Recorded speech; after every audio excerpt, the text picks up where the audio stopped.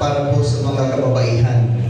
No, dahil po ngayon ay Women's Month, ay nararapat lamang po na bigyan po natin ng parangal, no? At makita po natin kung ano po ang ginagawa, kung ano ang katangian ng isang babae sa harap ng Diyos, at kung ano rin po ang kanyang magiging katangian, character, no, sa harap ng kapwa-tao.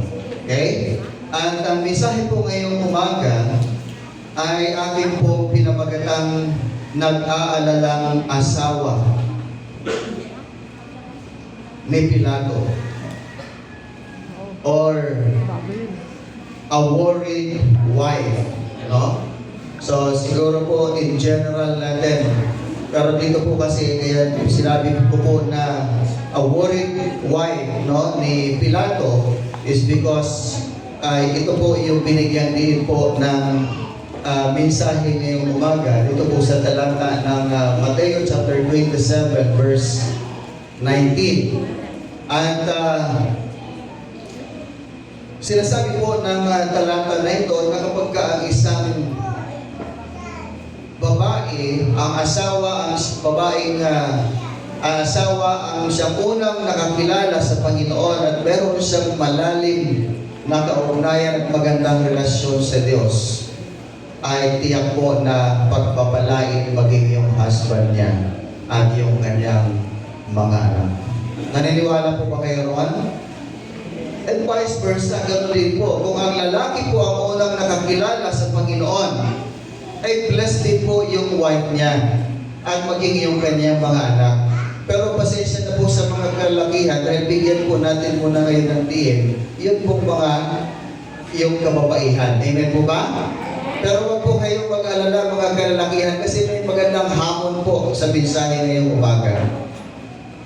Okay? Meron pong challenge. Meron pong challenge sa atin, no? Mga kalalakihan, sa mensahe po ng Diyos ngayong umaga. Tayo muna isang daling yumuko at tayo po ipanalangin. Ama naming Diyos na dakila, banal at makapangyarihan sa lahat, kami po ay nagpapasalamat sapagkat muli po kaming dinala sa iyo pong bahay-sambahan upang magpuri sa iyo, O Diyos. Umawit ng mga makalangit na awitin at pakikinig ng mga salita mo, O God, ngayong oras na ito, na patuloy na alam naming magbibigay ng inspirasyon sa aming pong pang-araw-araw na buhay. Ganon din po, O Diyos, upang magpapalakas sa amin, Panginoon, lalo na sa kung paano po namin harapin ang anumang sitwasyon ng aming buhay. O Diyos, patuloy nawa na ilagay mo sa aking bibig ang iyong mga salita. At ito po ay pag-apuyin mo, Panginoon, na papasok sa aming pong mga puso. Gamitin mo lamang ang iyong abang lingkod, Panginoon, as iyo pong channel of blessings, O Lord, ngayong umaga. Ikaw, Lord, ang mangusap sa amin. At ang iyong mga salita ay patuloy na tumimo sa aming mga puso. Gabayan at samahan mo po kami. At ang iyong abang lingkod ay gawin mong tungtungan upang ikaw ang siyang maitaas at maparangalan. Lord, samahan mo po kami sa oras na ito. Sa iyo ang kapurihan, sa iyo ang karangalan, kaluwalhatian. Sa ngalan ni Jesus. Amen. Sabi ko po kanina, ang bibigyan po natin ngayong umaga ay yun pong mensahe para po sa mga kababaihan. At isa po sa talata sa Biblia na hindi po masyadong nababasa o napapansin ng karamihan ay ito po Matthew chapter 27 verse 19 na sinasabi po samantalang nakaupo siya sa luklukan ng pagkahukom ay nagsugo sa kanyang asawa na nagsasabi, huwag kang makialam sa matuwid na taong iyan. Sapagkat ngayong araw na ito'y naghirap ako, no? Naghirap ako ng maraming bagay sa panaginip dahil sa kanya. Ito pong tagpo na ito ay Ito po'y nagmula doon po sa kwento na kung saan ay yun po pagkatapos po takpin ang ating Panginoong Jesucristo. Tinakip siya ng mga sundalong Romano, dinala kay hagasan siya ay dinala kay Pilato. At dito po ay makikita natin na sa mga bago po ang chapter 27, makikita po natin na itong Panginoong Jesus ay dumating po sa pagkakataon na ipagkanulo siya ng kanyang alagad na si Judas. At sa pangyayaring iyon ay nakita po natin na tinalikuran siya ng kanyang mga alagad, ng kanyang mga disipulo, at sila po ay kanya-kanyang pulasan, kanya-kanya pong tago dahil sila po ay natakot na baka sila naman ang isunod. At samantalang itong si Judas na nagkanulo kay Jesus, siya po ay nakaranas ng matinding pagsisisi. Subalit yung kanyang pagsisisi ay humantong sa kanyang pagpapatiwakal. Humantong ito sa kanyang pagbawi ng kanyang sariling buhay, pagkitil ng kanyang sariling buhay. Dahil po sa labis na pagsisisi na walang sino man na nag-udyok sa kanya na bumalik at lumapit sa ating Panginoon. Kaya yun po ang kinahinatnan ng kanyang buhay. Subalit, nung itong si Jesus po ay dinala na kay Pilato, si Pilato po ay isang hukom na makikita po natin sa talata sa chapter 27, hindi po siya makapagpasya kung si Jesus nga ba ay may kasalanan o wala, sapagkat ang kanyang alam, yung mga taong naghusga sa kanya ay yung mga tao pong naiinggit lamang sa kanya, kaya si Jesus po ay kanilang isinakdal. Subalit makikita po natin dito na ipinahayag po ng asawa ni Pilato yung kanyang mapagmahal at mapagmalasakit sa kanya pong asawa na si Pilato. Na yun nga yung sinabi niya rito sa chapter 27 verse 19, na huwag kang makialam sa taong iyan, wala siyang kasalanan. Ngayon ay pinapahirapan ako ng aking panaginip tungkol sa kanya. Kaya si Pilato po ay naghugas kamay sapagkat hindi siya makapagpasya kung ano ang dapat niyang gawin. At si Jesus, alam po natin na siya ay pinarusahan ng kamatayan sa pamamagitan ng pagkapagos sa cross, subalit wala siyang kasalanan. Now, mga kapatid, what can we learn from this worried woman? Ano po ang ating matutunan? O ano-ano ang matutunan natin sa nag-aalalang babaeng ito? Una, makikita po natin dito, she gave the right advice to her husband. Nagbigay siya ng tamang payo sa kanyang asawa. No? Nagbigay siya ng tama o magandang payo sa kanyang asawa. Hindi po natin maiaalis sa atin pong isipan na mayroon pong asawa na kung saan po ay siya pa yung nag-uudyok sa kanyang mister na gumawa ng masama o mag-udyok sa kanyang mister na magalit sa isang tao o maghusga sa isang tao. Meron din pong wife na kung saan ay nasusobrahan naman sa pagiging submissive. Ano? Na kung ano ang sasabihin ni mister, oo nga no. No? Nagiging sunod-sunuran na lang sa kung ano ang sinasabi ng kanyang mister. Subalit dito po, makikita po natin, yun pong ginawa po ng asawa ni Pilato. Nag-stand out po siya at siya po ay nagbigay ng tamang payo sa kanyang asawa dahil alam niya kung ano po ang tama at kung ano ang mali. makikita po natin na sa talata na ito, ang asawa po ni Pilato, mismo yung nagbigay ng payo. Bakit? Dahil po sa kanyang panaginip. Dahil sa kanyang panaginip, natakot siya na makagawa siya ng maling desisyon tungkol kay Jesus. Dahil alam niya na yung panaginip na yon ay nagmumula sa Diyos. Alam niya na ang panaginip na yon at kilala niya na si Jesus ay isang makapangyarihang Diyos. Maraming mapagmahal at mabubuting asawa ang nagbahagi ng kanyang pagmamalasakit, pagmamahal, at nagbibigay ng tamang payo sa kanyang asawa.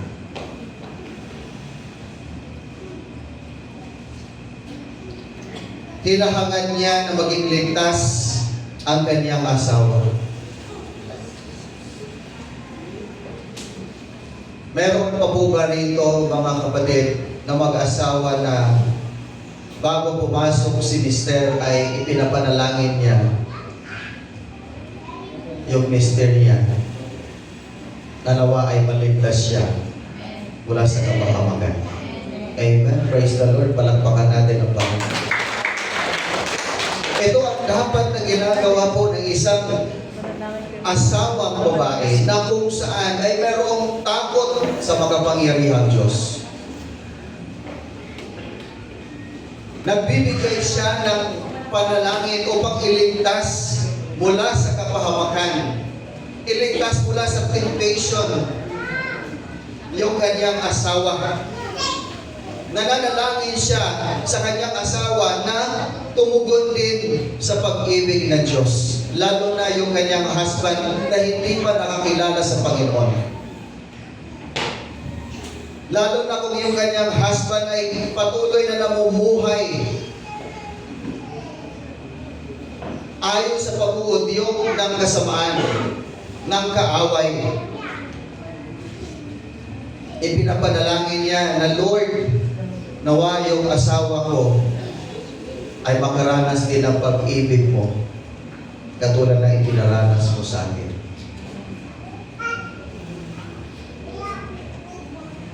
Ipinapahayag niya ang kanyang mga alalahanin na maaaring mawala ang kanyang asawa. Ibig sabihin na worried siya. Kaya niya pinagdarasal yung kaligtasan ng kanyang husband ay sapagkat ayaw niya na yung kanyang husband ay mapahamak. Ayaw niya na ito ay mawala. At ayaw niya na maging balo kaagad siya sa na bata pa, magiging balo na. Ano?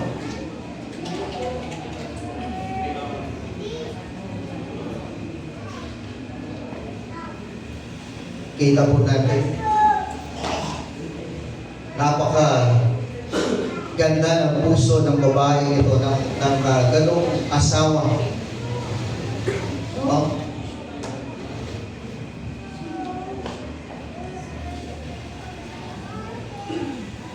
Makikita din natin na may mga kababaihan na nagiging sensitibo sa mga babala ng Diyos. Nagiging sensitive sa pagkilos ng banal na Espiritu. Ibig sabihin, maraming luha ng asawang babae ang bumubuhos. Lalo na kapag kayong kanyang mister ay hindi naniniwala sa Diyos o suwain na asawang lalaki. Lagi niya itong ipinagdarasal. Lord, kailan mo pa papaguhin? O baguhin mo, Panginoon, itong yung asawa kong babaero, lasinggero, sugarelo. Ano ba yun? Sugarol. Sabungero. Ano? Ano? Bungangero. Ako bungangero palang lalaki. Husband. Ano?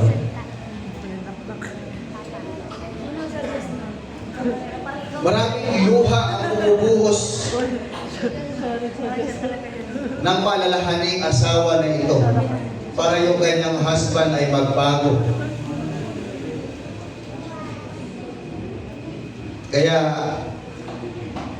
ito na yung sinasabi ko sa mga kalalakihan. Mga lalaki na may, kung nakikita ninyo na nagmamalasakit ng gusto, ng lubos, ang inyong asawa, ang inyong wife, dapat din kayong tumugon sa kanilang pakiusap. Dapat tignan din ninyo yung kanilang mga ginagawa. Bigyan nyo ng konsiderasyon ang bawat luha na pumapatak mula sa kanilang mga mata. Dahil sa hirap ng kanilang damdamin, araw-araw, gabi-gabi, dumudulog sa Diyos, Panginoon, baguhin mo na po ang asawa ko. Hirap na po ako.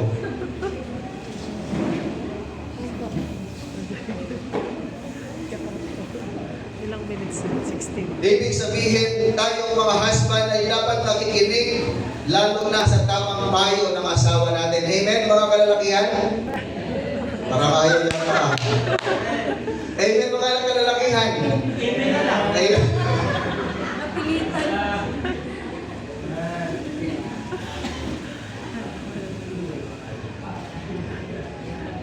Pastor, kailan na yung araw ng mga lalaki? Next week, mabawi tayo. Kaya lang, women's month ngayon eh. Sa June ka na bumawi. Sa June na tayo babawi. Ano lang po yun. Kidding aside. So mga kalalakihan, kung may asawa ka na nag-aalala sa'yo, baka mapahama ka, nananalangin siya sa'yo na makilala mo si Jesus sa iyong buhay. Makinig ka sa kanyang payo. Amen? Pakinggan mo ang kanyang payo sapagkat ito'y nagmumula sa Diyos. Amen? Hallelujah. Palagpagan mo na natin ang Panginoon. Ayaw bigay sa amin yung mga kalalakihan eh. Nakayuko lang sila. Second, ano po ang matutunan natin sa asawa ni Pilato? She made a right decision about Jesus. Gumawa siya ng tamang desisyon tungkol kay Jesus. Dito po ay pinapakita niya at napagpasyahan niya na si Jesus ay walang kasalanan sa anumang maling gawain. Ipinahayag niya na si Jesus ay walang kasalanan, kundi ito ay isang taong matuwid. Ang sabi niya, ngayon ay pinapahirapan ako ng aking panaginip tungkol sa Kanya.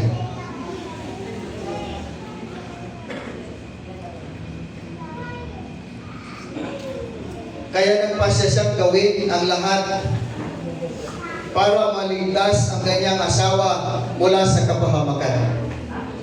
So makikita po natin dito na ang nagpaantig sa kanyang puso na gawin ito ay dahil sa pamagitan ng kanyang panaginip. Sa mga tuwid, ang Diyos ng kataas-taasan ay nagpakita sa kanya sa pamagitan po ng panaginip na usap ang Diyos sa kanya at ang Diyos mismo ang nagbigay sa kanya ng babalang ito. Para hindi mapahamak yung kanyang husband. At na nag-iinip siya tungkol kay Pilato na si Pilato ay nakatayo sa harapan ni Jesus para sa paghatol. Na nag-iinip siya na inano ni Pilato yung resulta ng kanyang pagtanggi. Na nag-iinip din siya na makita ang kanyang asawa na siya ay nasa impyerno.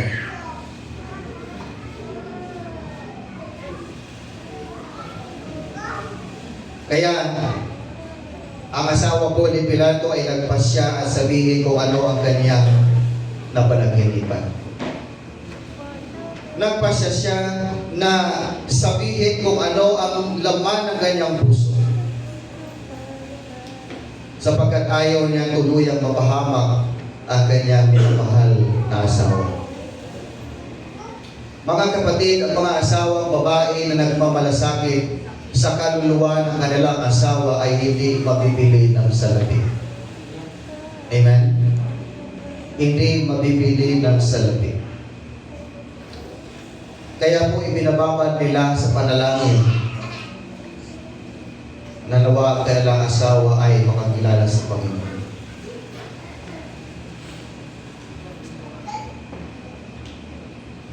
Maraming Kristiyanong asawang babae ang nagiging dahilan upang magdesisyon ng kanilang asawa para kay Kristo at tuluyang sumunod sa Panginoon. So please, continue to pray mga kababaihan. Continue to pray for your husband. Amen? Huwag mo siyang subukan. Huwag mo siyang tigilan hanggang sa dumating ang araw na siya ay sumuko sa Diyos. Ibigay ang kanyang sariling buhay sa Panginoon. Yan po ang nagagawa ng isang babae na nagmamahal sa kanyang asawa. Hindi na sinusukuan hanggat hindi ito makakilala sa Panginoon. Laging ipinagdarasal, inuunawa at pinapakitaan ng pagmamahal at pagmamalasakit.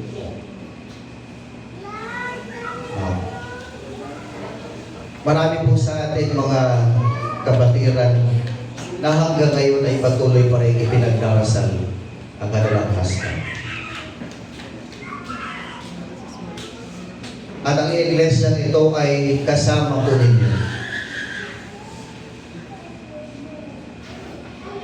Ang community ng mga mananampalataya sa iglesia nito ay kasama ninyong nananalangin para ang inyong pong husband ay tuluyang sumuko sa harap ng Diyos at ibigay ang kanilang buhay sa Panginoon. Amen? Kaya patuloy po tayo magkaisa na manalangin. At bilang mga kababaihan ng iglesia nito, huwag tayong tumigil, huwag tayong huminto, huwag tayong sumuko. Amen? Darating din ang araw, susuko din yan. Ano? Darating ang araw, susuko din yan.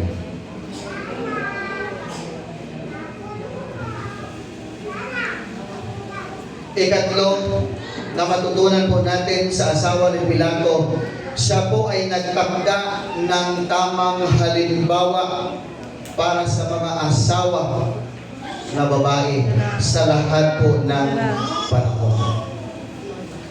Ginawa niya ang kanyang makakaya upang iligtas ang kanyang asawa sa isang masamang desisyon.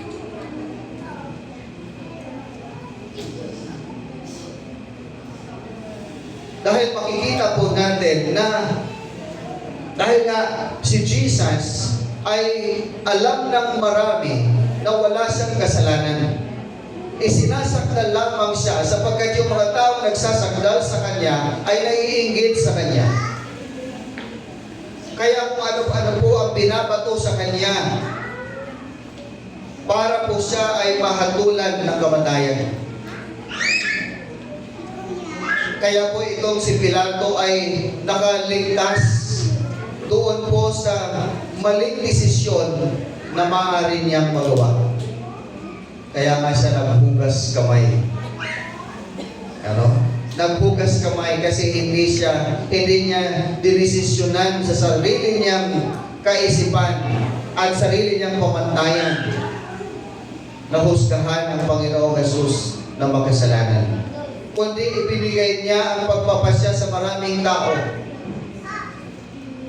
At doon po ay nakaligtas siya sa isang masamang desisyon.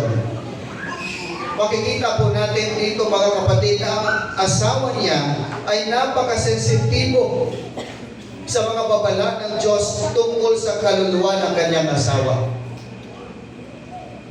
Handa siyang ipagsapalaran yung pangungutya upang maabot ang kanyang asawa sa tamang pagkakataon at sa tamang panahon.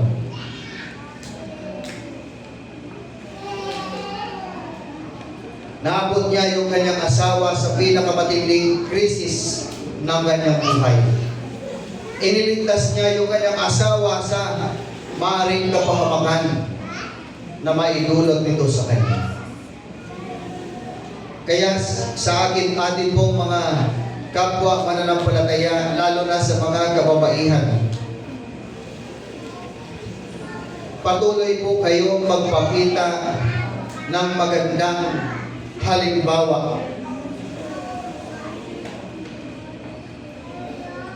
para sa inyong asawa, at magpakita rin po kayo ng magandang halimbawa lalo na doon sa mga mag-asawa na nakakabata sa inyo. Yung mga mag-asawa o yung mga pagkababaihan na ibig sabihin matatanda na sa pananampalataya, magpakita ng maganda at tamang halimbawa para sa mga bagong henerasyon, sa mga young couple. Dapat kayo ay maging sensitibo sa babala ng Diyos, lalo na kung ang kaluluwa ng inyong asawa ang siyang pinag-uusapan. Dapat handa mong ipagsapalaran anuman ang pangungutya na gagawin ng iba para ma-reach out mo lamang iyong husband mo. Church, dito po makikita ng mga kababaihan nasa community of faith. May pakita niyo na kahit kinumutya kayo ng iba, dahil yung husband niyo ay hindi niyo pa rin madala sa Panginoon, magpatuloy kayo. Huwag niyong titignan, pakikinggan ang pangungutya ng iba. Sa halip ay patuloy kayong makinig sa kung ano ang idinidikta ng inyong puso. At higit sa lahat, kung ano ang idinidikta ng Panginoon Diyos sa inyong puso. Amen? Dumarating po sa panahon na maraming mangungutya sa inyo. Subalit, kung naniniwala po kayo sa sinasabi ng Biblia, in His perfect time, He makes all things beautiful. Amen? Sa takdang panahon, gagawin ng Diyos ang pinakamabuti para sa buhay. Ipagkakaloob ng Diyos kung ano ang ipinapanalangin. Ipagkakaloob ng Diyos kung ano ang pinitindig ng iyong damdamin, kung ano ang nais ng puso. Abutin mo ang iyong asawa kahit na siya ay nasa pinakamatinding krisis ng kanyang buhay. Dumarating po ang panahon ng ang inyong pong husband ay manghihina rin po. Kahit gaano yan katigas.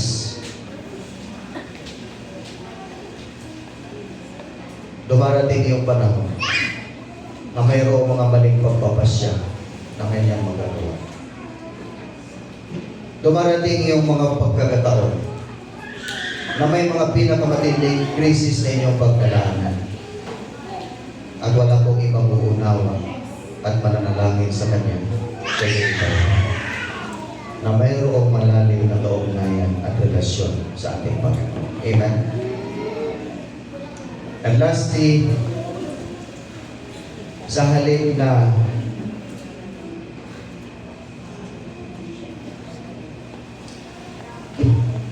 ikip mo sa iyong puso o kimkimin mo sa iyong puso,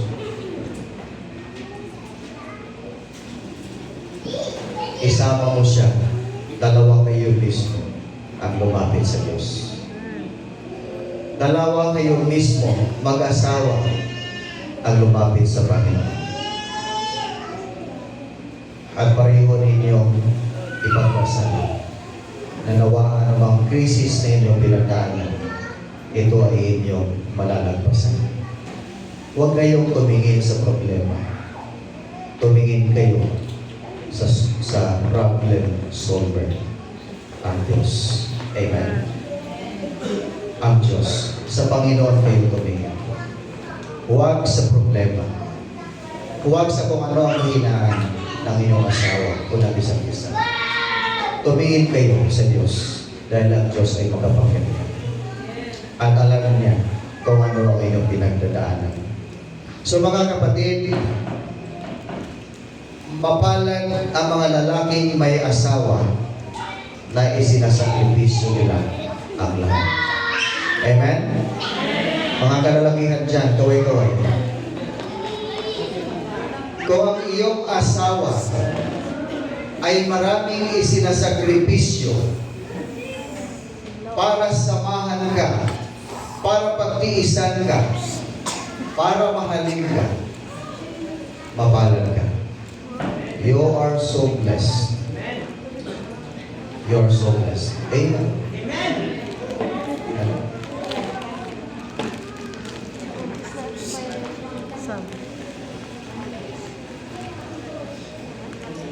At yung lalaking pinakasalan niya, yung babaeng nagmamalasakit, ay dapat siyang magpasalamat sa Diyos. Amen? Dapat ka magpasalamat sa Diyos.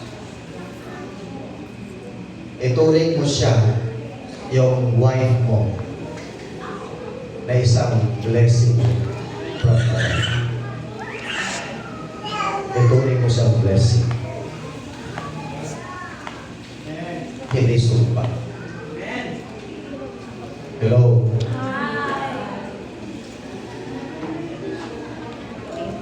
At lagi po nating tandaan, mga kababaihan, ang panalangin ninyo na may katapatan ay mas mahalaga kaysa sa ginto o anumang kayamanan ng mundo nito. Yung may panalangin ninyo ng patuloy ang inyong asawa, kahit nakikita ninyo na yung kanyang mga ginagawa ay labag sa kalooban ng Diyos, ipanalangin niyo pa rin sila.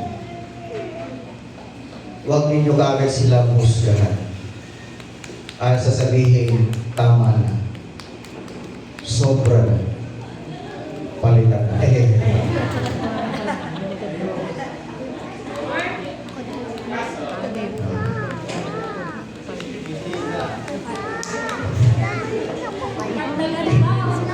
Kita mo, may application ka agad. Umakbay ka agad si Jan kay Ashley. Business lang. Ibig sabihin, may pag-asa talaga. Amen? Ano?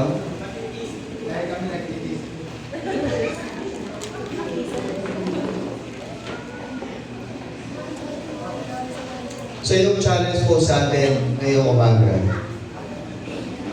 ano ang ginagawa mo para maabot ang iyong asawa para kay Kristo?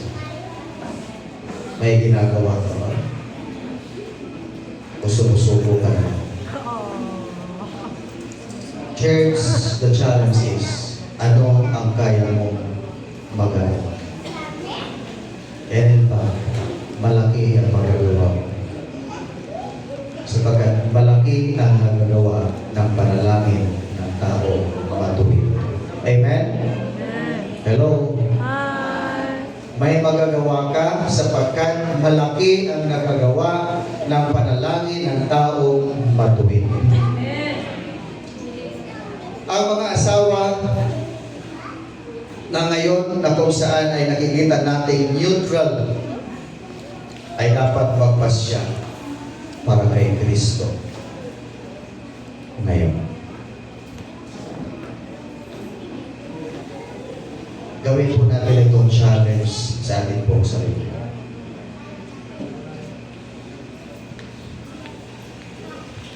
Huwag po tayo tuwi.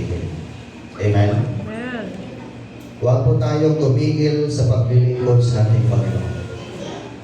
Huwag tayong tumigil sa ating pagdarasal. Huwag po tayong tumigil o huminto sa pakikinig ng salita ng Diyos. Magandang umaga po sa bawat isa sa atin at pagpalain tayo ng ating Panginoon.